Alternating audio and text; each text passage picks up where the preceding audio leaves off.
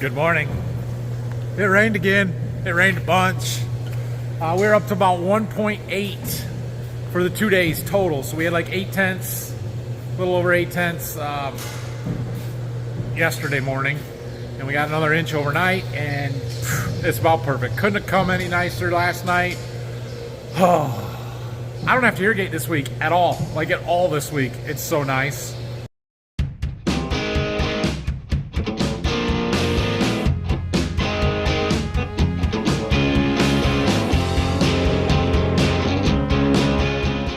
Now, I've got a mountain of stuff here, including the very important Dr. Pepper. We're going to try and get an iPad mount in the combine. That's what I'm working on. Now, the easy thing to do would buy a suction cup mount and mount it right to the window. But then I'd have to buy something. And I already have all of this other stuff. So we're going to use this other stuff. This bracket came out of the old combine. It's what we mounted our 2632. And it hangs from those 3 bolts up there, I think. Unless they changed this, in which case...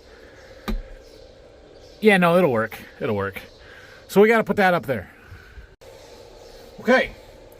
So there's that. Got this fancy little fold-up thing, so you can fold your display up and out of your way. Now we just got to figure out how to attach an iPad to that.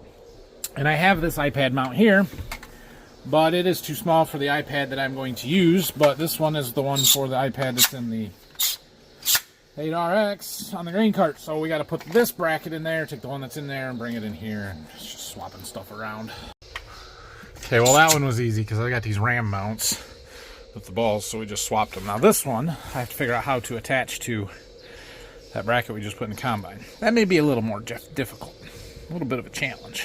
Got this 4-bolt pattern here.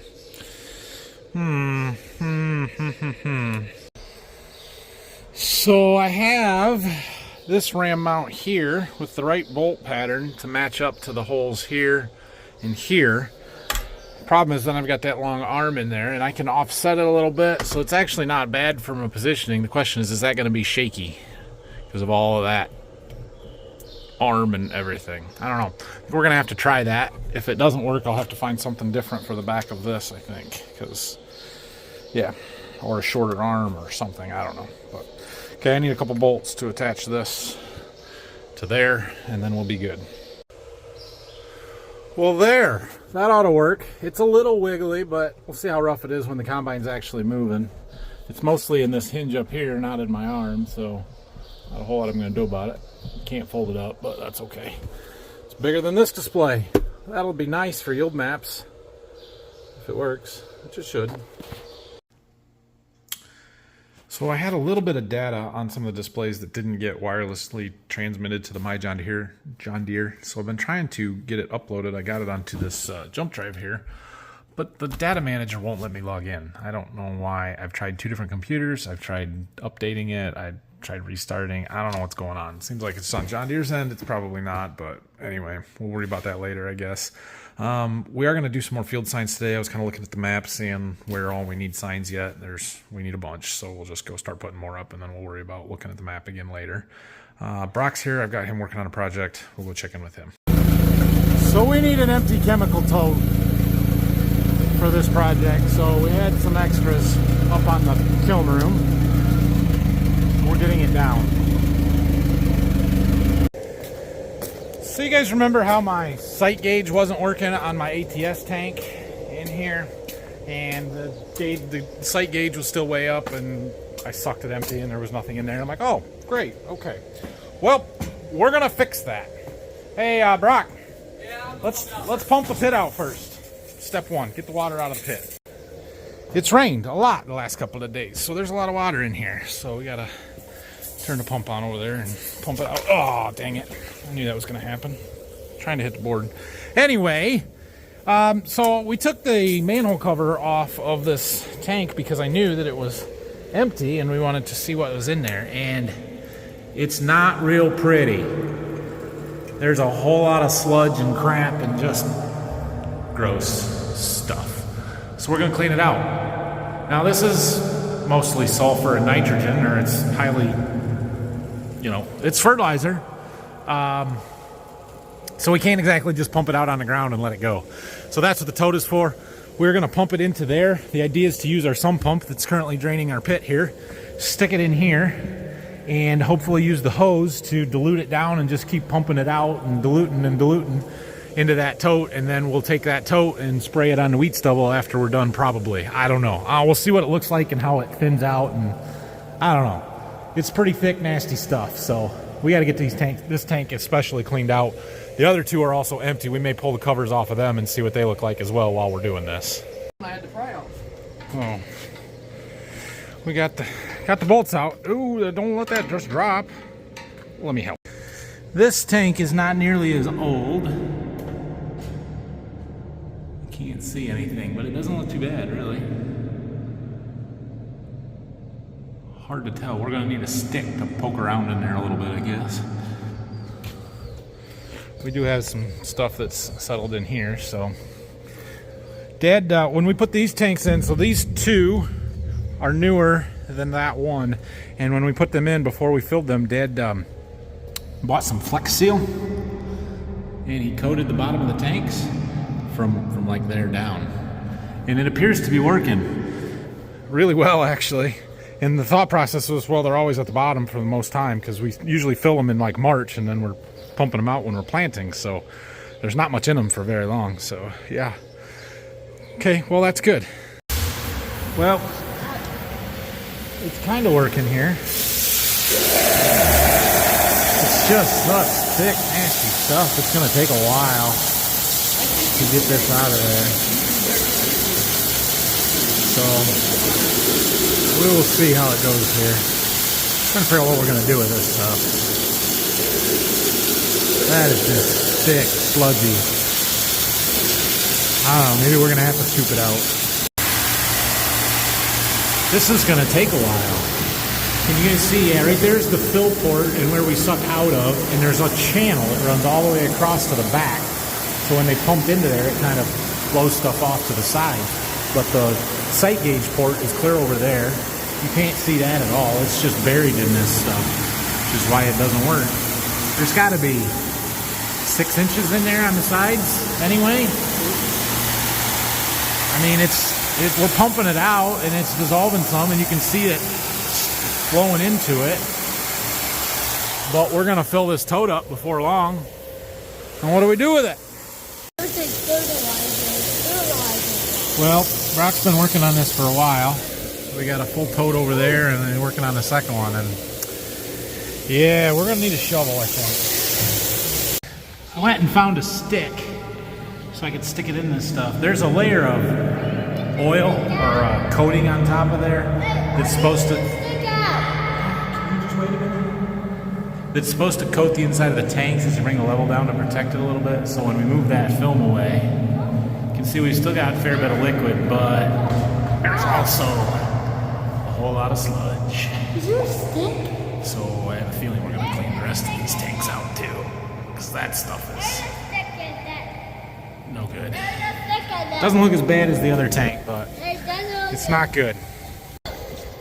There's the tank we're working on. Did get a fair bit out of it, but there's still a lot in there. And we've gotten almost 2 shovelfuls. That one's not quite full yet, but I wanted to be able to make sure we get all the liquid out as much as possible if we're gonna have to get in there with a shovel and scoop it, which I think we are. Ugh. All right. There's enough liquid in this one yet that I think we can actually draw some out through the pump. So I think the plan here is to get that tank empty, pump out what we can from here into that tank, and then we'll go about cleaning this one off. But it's slimy. It's not crusty, chunky stuff. It's slimy. So we might be able to agitate some of that up into a solution a little bit better. Okay, we're taking a break from cleaning tanks out to put up some signs. Brock's pounding posts in for me. Dang, these are good beans. These are really good looking beans. 3/4. I do have a few signs with numbers on them that are already put together. They were plot signs last year, like this one and that one. So I am throwing those up on a few of the fields where that's the right number, adding my little Excel seed sign to the bottom of them. Just because I don't have enough of the generic signs to do everything I want to do, so I use them up. This irrigated corn, man, sure looks awfully good. get up high where we can see out across the field a little better. Yeah, that's some awfully pretty corn. It's wet up here too, which means it's rained, which is good, so we don't have to water it for a while. But that fertilizer we're putting on is keeping that really nice dark green color. It's just beautiful. It looks fantastic. So really, really happy with it. We are getting close to tassel, probably a week out yet, and we're gonna have to get our airplane here lined up pretty soon to spray fungicides for us. Looks really good. I was driving down the road next to this field and I saw tassels. So now we're gonna try and drive out in it. This is probably a terrible idea because it's gotta be super muddy out here. But we've got our lanes pretty well established. I mean, we're not gonna get stuck, but we're tracking it up. Let's get out here just a little ways. Climb up on the gator again and look. This corn looks like it's grown a foot overnight. I mean, good grief. Okay, for reference, I'm this tall. It's towering over me. There's the gator with Brock standing on it. Let's climb up there. Okay, we're way up high here. Right there we've got a tassel. Right out there I see one. Right there's one. Forget that weak stuff. We got 3 or 4 days and this field's gonna be tasseled out. Oh, this is awesome. That rain could not have come at a better time. Perfect. Airplane coming soon. Let's see, today is Wednesday. Is today Wednesday? Today is Monday. Monday or Tuesday we need it here, I bet. We'll keep an eye on it, but I'm gonna let everybody that needs to know. Just for informational purposes, this is 112-day corn. This is the fullest season stuff that we have got. It should be, I'm not gonna say it should be the last stuff to tassel because it was planted early. But it should be some of the later stuff on the early corn to tassel, which the fact that it's there already probably goes to show you that the water kept it going. When the other stuff slowed down and started to shut down because it got dry, where we put water on out here, the corn kept progressing, kept maturing, and it's gonna tassel now. Earlier than some of the 103-day stuff or 105-day stuff that was planted about the same time. So that's good. Here's one of our soybean fields. It's about as far north as we get, and these are early bean, 2.2 maturity, which is as early as we plant. We're gonna put wheat here this fall. They look really good. I'm not gonna walk too far out there, but you can see we've got lots of blossoms on these plants, and things are growing. Look real nice. This is a pretty good farm though, so we should have good beans up here. That's 2 gator loads. 20, 25 signs, something like that. That's enough for today. We're getting most of the ones around Waldron here done. I've got one more trip that I need to make south, but I need to do a pickup. It's too far for the gator. And that'll be pretty much the rest of the signs that I'm going to put up. I may do some down to Murky, I may not. I've got signs down there, so I don't need to take any. So we've been having some starter issues with our gator. Sometimes it engages, sometimes it doesn't, so we're trying to get it off so we can look at it, repair it, replace it, whatever needs to be done. It's a real treat to get down into there, to get to it. It's clear down there. You have to remove a coolant line, you have to remove the cover off of the clutch belt, drive belt there. Yeah, we're making progress. Just checking in on this project. This stuff settled a lot more than I thought it would. It's much more fluid and it's just gooey.